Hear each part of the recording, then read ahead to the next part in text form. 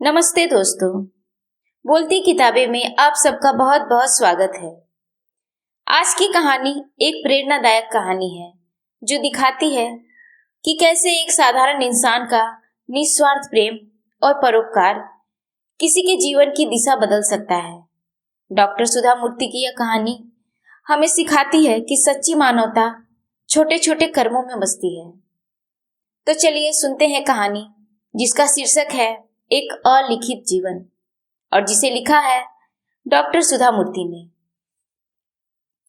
सन 1943 में मेरे पिताजी महाराष्ट्र और कर्नाटक राज्यों की सीमा पर स्थित चंदागढ़ नामक गांव की एक छोटी सी डिस्पेंसरी में युवा चिकित्सक के रूप में नियुक्त थे। वहां वर्ष में 8 महीने निरंतर वर्षा होती रहती है और शेष 4 महीनों में वृक्षों की कटाई का कार्य होता है। गांव चारों ओर से घने जंगलों से घिरा था जिसकी आबादी नगण्य थी।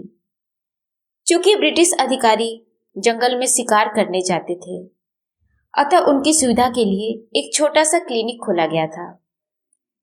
कोई भी ग्रामीण वहां नहीं आता था क्योंकि वे स्थानीय दवाओं एवं जड़ी बूटियों को प्राथमिकता देते थे। इस तरह उनकी क्लिनिक में मेरे पिताजी को छोड़कर और कोई व्यक्ति नहीं था। अपने स्थानांतरण के 1 सप्ताह पश्चात मेरे पिताजी वहां उबने लगे। उन्हें पुणे के जीवन शहर से उठाकर इस निर्जन एवं एकांत स्थान पर पटक दिया गया था। बाहरी दुनिया से उनका कोई संपर्क नहीं था। उनका एकमात्र साथी दीवार पर टंगा कैलेंडर था। कभी कभी वे टहलने के लिए बाहर निकल जाते, परंतु जंगल में बाघों के गुर्राने का शोर सुनकर डर जाते और यथाशीघ्र अपने क्लिनिक में लौट आते थे। उनके लिए रात में डरकर बाहर न निकलना कोई आश्चर्यजनक बात नहीं थी क्योंकि जमीन पर अक्सर सांप रेंगते दिखाई देते थे। सर्दियों की एक सुबह अपने मुख्य द्वार पर उन्होंने किसी के जोर जोर से सांस लेने की आवाज सुनी। उन्होंने हिम्मत करके खिड़की से झांका। उन्होंने देखा कि उनके बरामदे में एक मादा शेरनी अपने बच्चों के साथ पांव पसारे ऊँघ रही थी। डर के मारे पिताजी ने सारा दिन द्वार नहीं खोला। दूसरे दिन उन्होंने खिड़की से झांक कर देखा तो बरामदे की छत से सांपों को रस्सियों की तरह लटकते पाया। मेरे पिताजी यह दृश्य देखकर हैरान रह गए और सोचने लगे कि शायद किसी गलती की सजा के तौर पर उनका इस गांव में ट्रांसफर किया गया है। इसके बावजूद वे स्थिति को बदल नहीं सकते थे। एक रात जल्दी भोजन करके किताब पढ़ रहे थे और बाहर भीषण वर्षा हो रही थी। अचानक उन्होंने दरवाजे पर दस्तक सुनी। वे चकित होकर सोचने लगे, इस समय कौन हो सकता है। द्वार खोलने पर ऊनी कंबल में लिपटे 4 लठैतों को अपने सामने खड़ा पाया। वे मराठी में बोले, डॉक्टर साहब, अपना बैग उठाइए और फौरन हमारे साथ चलिए। मेरे पिताजी को उनकी देहाती मराठी साफ में समझ नहीं आई। वे विरोध करते हुए बोले, क्लिनिक बंद हो चुका है और जरा समय तो देखिए। वे लोग कुछ सुनने को तैयार नहीं थे और उन्हें धकेलते हुए चीख कर बोले, आपकी भलाई इसी में है कि चुपचाप हमारे साथ चलिए। वे गूंगे मेमने की तरह उनके पीछे जाकर प्रतीक्षारत बैलगाड़ी में बैठ गए। घनी काली रात और मूसलधार वर्षा के बीच किसी अनहोनी की आशंका से भयभीत थे। उन्हें महसूस हुआ कि यात्रा में समय लग सकता है। अपने बचे खुचे साहस के साथ उन्होंने पूछा, तुम लोग मुझे कहाँ ले जा रहे हो?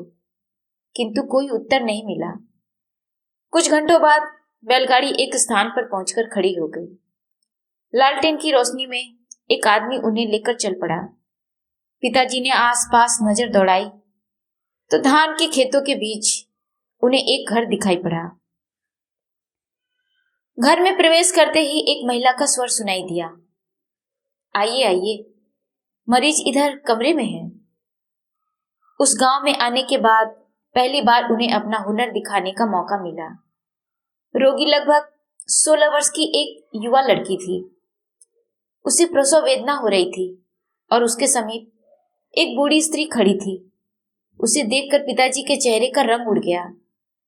उन्होंने दूसरे कमरे में जाकर उसके घर वालों को समझाया, देखिए, मैं पुरुषों की चिकित्सा करने वाला डॉक्टर हूं और मुझे डिलीवरी कराने का कोई प्रशिक्षण नहीं मिला है। आपको हर हालत में किसी अन्य व्यक्ति को बुलाना होगा। परिवार कुछ भी सुनने को तैयार नहीं था। अन्य कोई विकल्प नहीं है। जो भी जरूरी हो सब आपको ही करना होगा और हम आपको अच्छा पैसा देंगे। बच्चा जीवित या मृत किसी भी दशा में पैदा हो, परंतु लड़की को जरूर बचाना होगा। पिताजी ने तर्क देते हुए कहा, मेरी पैसों में कोई रुचि नहीं है। मेहरबानी करके आप मुझे जाने दीजिए। लठैतों ने पिताजी को लड़की के कमरे में धकेला और दरवाजे पर बाहर से ताला लगा दिया। पिताजी डर गए। वे जान गए कि अब कोई चारा नहीं है। उन्होंने कुछ प्रसूतियों में अपने मेडिकल कॉलेज के प्रोफेसरों के साथ सहायक के तौर पर काम किया था, इससे अधिक कुछ नहीं। वे नर्वस होकर अपने अतीत के अनुभव को याद करने लगे और उनकी चिकित्सा की भावना जाग उठी। कमरे में कोई मेज भी नहीं थी, अतः उन्होंने बूढ़ी औरत को पुआल के गट्ठर लाने का संकेत किया ताकि अस्थायी मेज बनाई जा सके। उसके बाद उन्होंने अपने बैग से रबड़ की सीट निकालकर पुआल के गट्ठरों पर डाल दी। उन्होंने लड़की को उस पर लेटने और बूढ़ी औरत को पानी गर्म करने की हिदायत दी। तब तक मरोड़ समाप्त हो चुकी थी और लड़की पसीने से बुरी तरह भीग चुकी थी। यही दशा डॉक्टर की भी थी। लड़की ने रोते हुए निरीह भाव से कहा, आप मत बचाइए मुझे। मैं सारी रात इतनी पीड़ा नहीं सह सकती। तुम कौन हो? मैं यहाँ के बड़े जमींदार की बेटी हूँ। बाहर इतनी तेज बारिश हो रही थी कि उनके लिए अंदर कुछ सुन पाना कठिन था। चूंकि हमारे गांव में कोई हाई स्कूल नहीं था, मेरे माता पिता ने मुझे पढ़ने के लिए दूर के कस्बे में भेज दिया। वहां मुझे अपनी कक्षा के एक सहपाठी से प्यार हो गया। पहले मुझे गर्भवती होने का पता नहीं चला, परंतु ज्ञात होने पर मैंने उसकी सूचना गर्भस्थ बच्चे के पिता को दे दी, जो तत्काल भाग खड़ा हुआ। घटना की जानकारी मेरे घर वालों को होने तक काफी देर हो चुकी थी। इसीलिए मेरे घर वालों ने मुझे भगवान भरोसे इस अज्ञात स्थान पर भेज दिया ताकि किसी को कुछ पता न चले। तेज मरोड़ उठने के बाद वह खामोश हो गई। कुछ मिनटों बाद उसने कहा, डॉक्टर, मुझे इस बात का पक्का यकीन है कि बच्चा पैदा हो जाने के बाद मेरे घर वाले उसे मार डालेंगे और मेरी जमकर पिटाई करेंगे। उसकी आंखें भर आई तो उसने पिताजी का हाथ थामते हुए कहा, मेहरबानी करके मुझे या मेरे बच्चे को बचाने की कोशिश मत कीजिए। मुझे मरने के लिए यहाँ अकेला छोड़ दीजिए। बस मैं यही चाहती हूँ। पिताजी को शुरू में कुछ समझ में नहीं आया कि उसकी बात का क्या जवाब दे। तत्पश्चात उन्होंने बड़ी सहजता से कहा, मैं एक डॉक्टर हूं और यह जानते हुए कि मरीज को बचाने के लिए कुछ कर सकता हूं, उसे किसी भी स्थिति में मरने नहीं दे सकता। मुझे अपना कर्तव्य पूरा करने में हतोत्साहित मत करो। लड़की चुप हो गई। प्रसव पीड़ा तीव्र, डरावनी एवं लंबी थी। फिर भी पिताजी बूढ़ी स्त्री की सहायता से डिलीवरी कराने में सफल रहे। युवती उस यातना से त्रस्त और पसीने से सराबोर हो गई।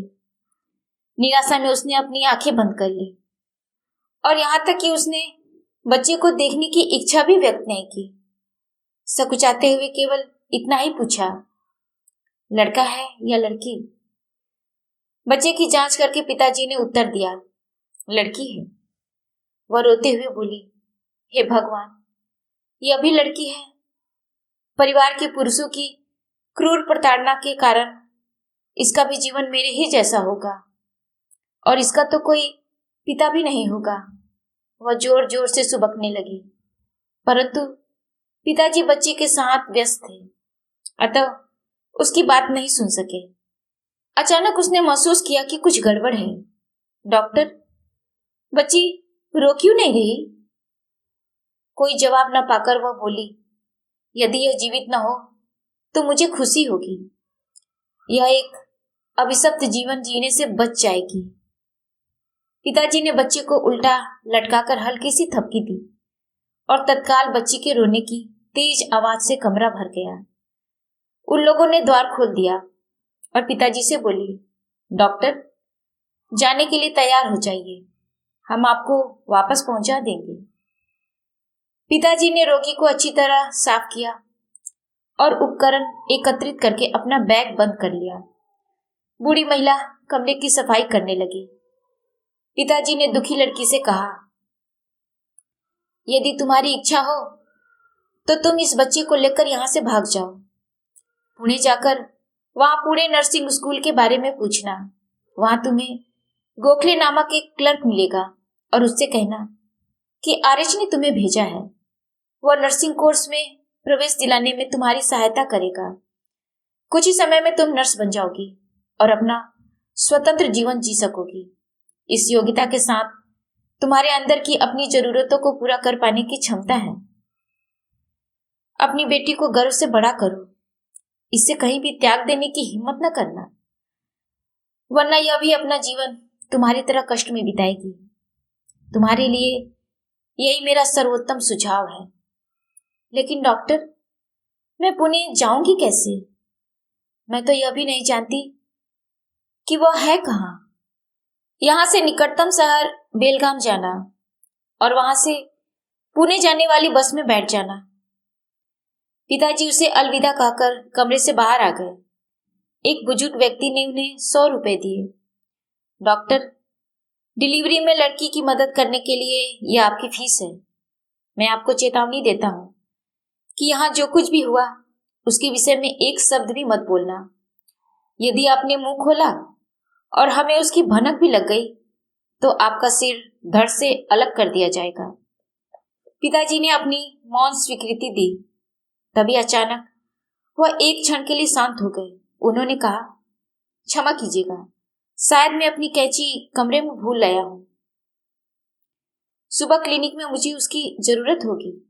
वे पीछे मुड़े और वापस कमरे में दाखिल हो गए, जहां प्रसूता अपनी सोती हुई नवजात को डबडबाई आंखों से निहार रही थी। जैसे ही वृद्ध महिला की पीठ मेरी पिताजी की ओर हुई, उन्होंने रुपए लड़की को थमा दिए। मेरे पास इस समय बस इतना ही है। जैसा मैंने तुम्हें समझाया है उसी तरह इस धन का उपयोग करना।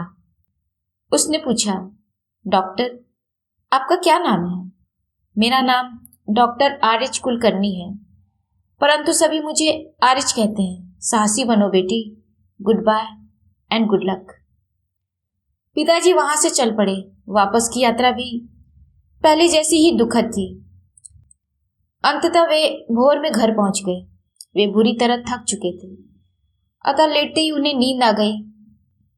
अगली सुबह उनका मन अपने पहले मरीज और पहली कमाई के इर्द गिर्द चक्कर काटता रहा। उन्हें अपनी कमजोरियों का ज्ञान था, अतः वह योग्य प्रसूति रोग विशेषज्ञ बनने के बारे में विचार करने लगे। बहरहाल धन की तात्कालिक कमी के कारण उन्हें अपना विचार कुछ समय के लिए स्थगित करना पड़ा। कुछ माह पश्चात उनका विवाह हो गया और उन्होंने अपने गायनेकोलॉजिस्ट बनने के सपने को अपने पत्नी से साझा किया। समय तेजी से बीतता रहा। उनका महाराष्ट्र एवं कर्नाटक के भिन्न भिन्न स्थानों पर स्थानांतरण किया गया। इस बीच उनके 4 बच्चे हो गए। 42 वर्ष की उम्र तक पहुंचते पहुंचते दंपति ने आगे की पढ़ाई हेतु सावधानी पूर्वक पर्याप्त धन बचा लिया और पिताजी ने अपनी इच्छा पूरी करने का निर्णय कर लिया। अतः वे परिवार को हुबली में छोड़कर एक मोर मेडिकल कॉलेज में प्रवेश लेने हेतु चेन्नई चले गए और वहां गायनेकोलॉजिस्ट सर्जन बनने का अपना सपना पूरा किया। वे अपने समय के दुर्लभ पुरुष गायनेकोलॉजिस्टों में से एक थे। वे वापस हुबली चले गए और कर्नाटक मेडिकल कॉलेज में प्रोफेसर के रूप में काम करने लगे। दिनहीनों के प्रति उनके सहृदयतापूर्ण व्यवहार एवं जिन लड़कियों एवं महिलाओं का उन्होंने इलाज किया था, उनके प्रति वास्तविक चिंता ने उन्हें एक डॉक्टर और शिक्षक दोनों रूपों में अत्यंत लोकप्रिय बना दिया। उनकी वही चिंता अपनी पुत्रियों को शिक्षा के क्षेत्र में मनपसंद विषय चुनने की अनुमति प्रदान करने में प्रतिबिंबित हुई, जो कि उन दिनों दुर्लभ थी। पिताजी अनिश्वरवादी थे। वे अक्सर कहते थे, ईश्वर गिरजाघर, मस्जिद या मंदिर में नहीं रहते। मैं उन्हें अपने समस्त मरीजों में देखता हूँ।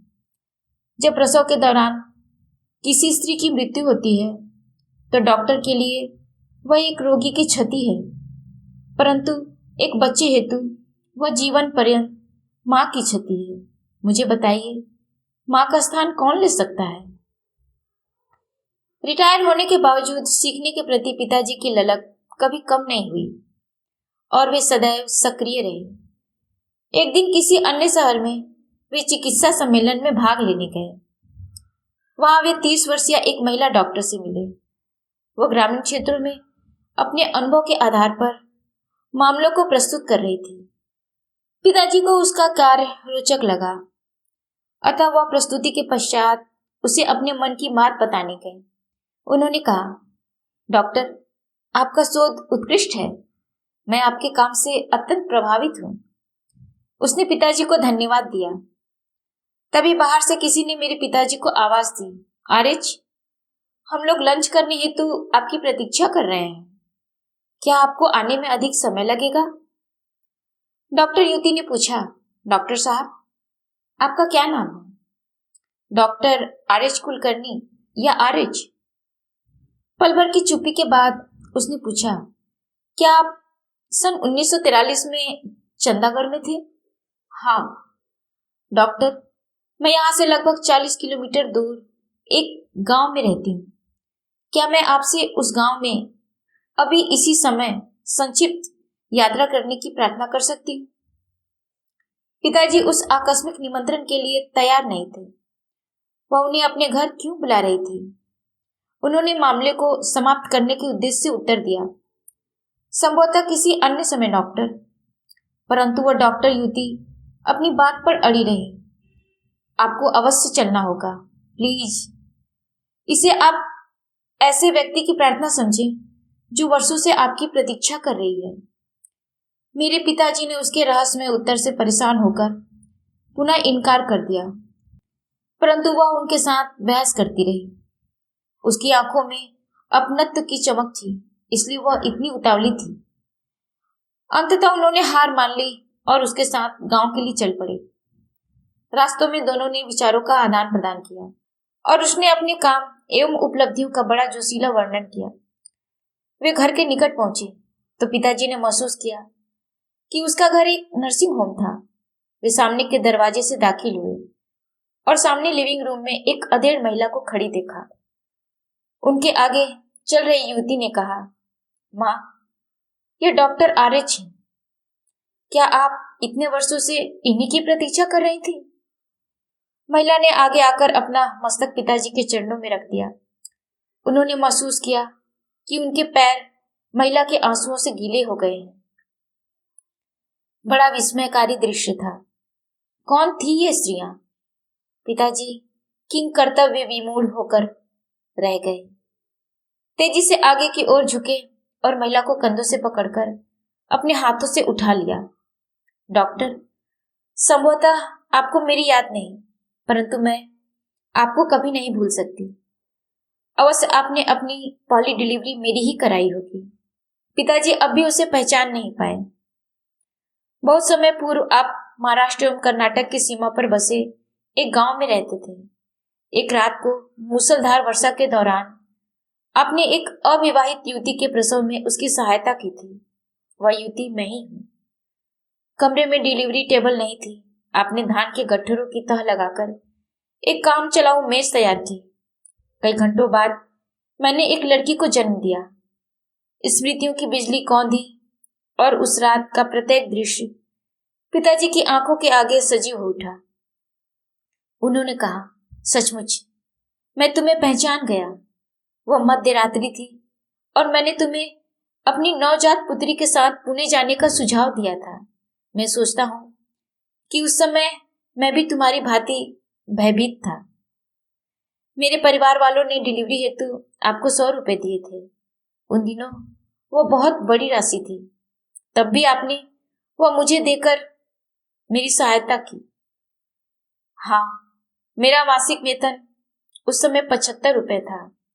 मेरे पिताजी ने मुस्कुराते हुए कहा, आपने अपना अंतिम नाम बताया था, परंतु वर्षा के शोर के कारण मैं ठीक से सुन नहीं सकी।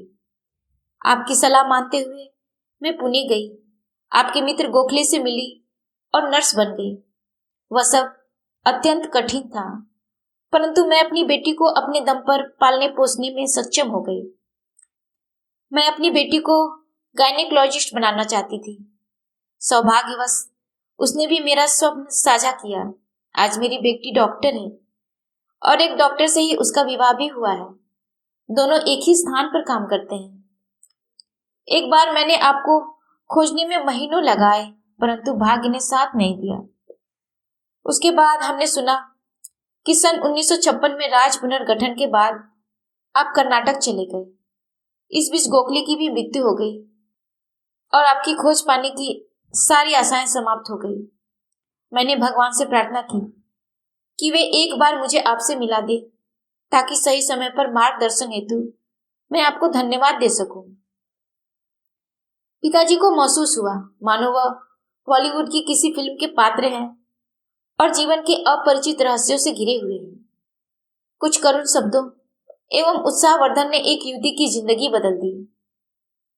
दोनों ने अपने हाथों को एक साथ मजबूती से पकड़ लिया और बोली, हम आपके अत्यंत आभारी हैं डॉक्टर साहब।